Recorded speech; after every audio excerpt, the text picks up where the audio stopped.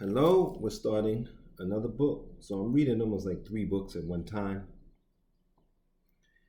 Trying to read to you. This one we need to do because the beating of black children is out of it's just it never was good. It was always brutality. And again, if we're gonna survive, go into the new world and not disappear, we're gonna have to come out of some of these crazy concepts. Now, YouTube told me to use this channel more. I don't know if they're gonna like what I'm using it for, but here we go. Uh, Chapter 1, a family conversation. This book isn't just about hitting children. It is about black children and freedom. It is also a book about black America and our pain.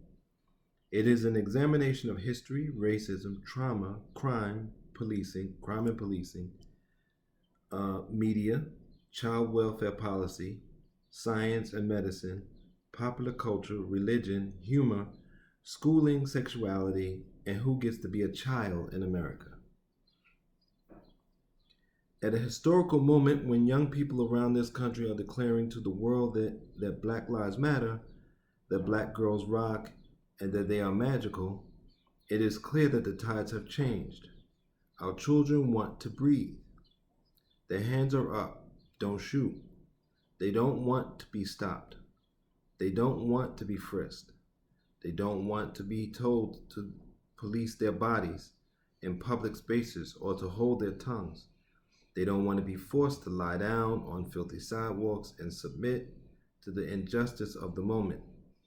They don't want to be the next Freddie Gray or Sandra Bland, portrayed as a thug in the news or turned into yet another heartbreaking hashtag on social media.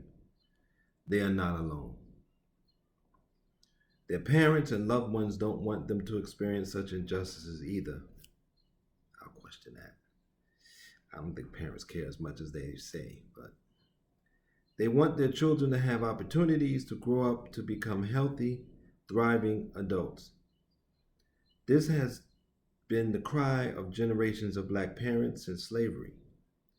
These fears and the elusiveness of these simple hopes have been central to the struggle of black lives for all that time.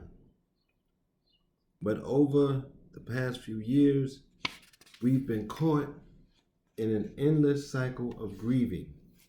The killings of unarmed black people by cops and senseless street murders of our young people by other blacks in cities across the country have elevated parents' fears and left them wondering how to protect their children. The body count has also intensified debates over physical punishment. We live in a country where pregnant black women will have to ask the same ethical questions that civil rights activist W.E.B. Du Bois posed a little more than a century ago. Is it worthwhile? Ought children be born to us? Have we any right to make human souls face what we face today? That's why I never had children. I could never bring a child in to suffer what I'm suffering and did suffer as a child. These days, even white parents have written about the fears they have for the black children they are raising. They share black parents' frustrations over their inability to protect their adopted and biological children from the racial harms outside their homes. The cold hard truth is that we live in a country where black children don't get to be children. They face a culture that questions their intellectual abilities and slanders their humanity at every turn, and a criminal justice system that subjects them to adult penalties, even for first-time offenses. So stop telling black children to get over things. This is what they're facing. Okay, so stop the nonsense. Black 4 and 5-year-olds are 18% of the country's preschoolers, but make up nearly half of out-of-school suspensions for toilet mishaps, crying, and throwing tantrums. By age 10, black children are considered less innocent than young white children and are perceived to be older than they actually are. especially by police officers. And the darker their complexion, the more likely they are to receive harsh punishment, including paddling with wooden board from school teachers and administrators, and longer sentences from courts. We live in a society where black children who end up in the emergency room are less likely to receive pain medication because white people do not believe black people experience physical pain in the same way. Where a teenage boy can't walk to the store to buy iced tea and candy without being stalked and shot by a neighborhood watchman. Where a black girl can be yanked out of her seat by her neck and tossed across the classroom by a school resource officer. We live in a society where a 12-year-old boy playing in the park gets mistaken as a 20-year-old man and is shot dead by police within 2 seconds. Where a teenage boy can't hang out with his friends playing rap music in a car without being killed by a white man, irritated by the loud beats. Where black teens' dead body can lie in the street, baking in the sun for 4 hours in front of his parents and a traumatized community.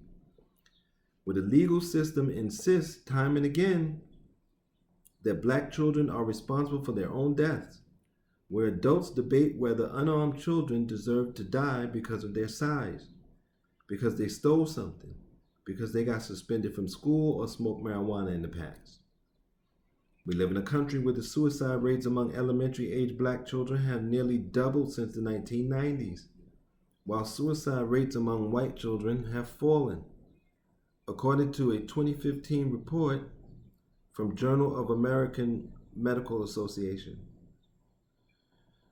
Researchers pinpoint exposure to violence and traumatic stress, as well as aggressive school discipline and a higher likelihood of early onset puberty as possible risk factors. This trend should not be surprising given the country's treatment of black people. On top of their own pain, our children are receptive to what their parents and elders are feeling, displaying, discussing, and experiencing. This is what your children are going through. I keep telling black parents, I've been telling y'all for 2 decades, stop sending your children to them schools.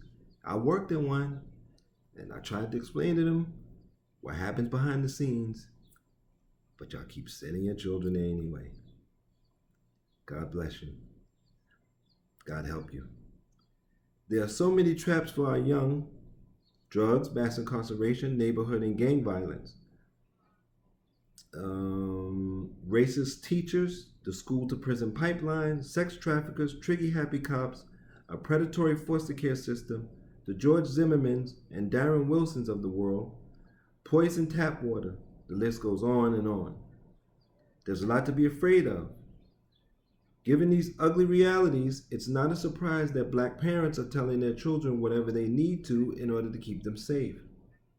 Work twice as hard. Be 3 times as good. Pull up your pants. Take off that hoodie. Cut those dreadlocks. Act right around white folks. Don't make sudden movements. Keep your hands out of your pockets. Don't mouth off at cops, and don't run from them even if they're afraid. Black parents have always searched for armor to protect their children from people who instinctively see them as threats. Another way black parents try to protect and love their children is by physically punishing them, whether we call it whooping, beating, spanking, or loving discipline. For many, not to hit is considered neglectful and irresponsible black parenting. Our religious leaders preach this. Neighbors enforce it. Comedians and radio personalities joke about it. Regular people in the street do it too. Say, oh man, that's wrong with these kids. They don't get hit. And I want to ask them, so what's wrong with you? You got hit. And you're insane. Neighbors enforce it. Comedians and radio personalities joke about it. Political leaders claim it will save our communities, lead to peace in our streets, and keep young black bodies out of jail. And the morgue, millions of people gave a virtual thumbs up on social media when they see viral videos of parents physically punishing or shaming their kids. And far too many of us will even argue that whooping kids is a black thing, as if it's behavior we are genetically predisposed and can't change. So there you go. And you know how we do it. Every other video is going to be behind the paywall. Spare the Kids by Stacey Patton. And go and watch her videos on YouTube. I learned about her from watching her on a podcast saying how the nerve endings in a child's buttocks, or the nerves, are connected to their genitals. So when you're beating them, it feels like sexual abuse. So there you go. Use this information in your lives and try to stay safe, because it's savage lands out here. Take care.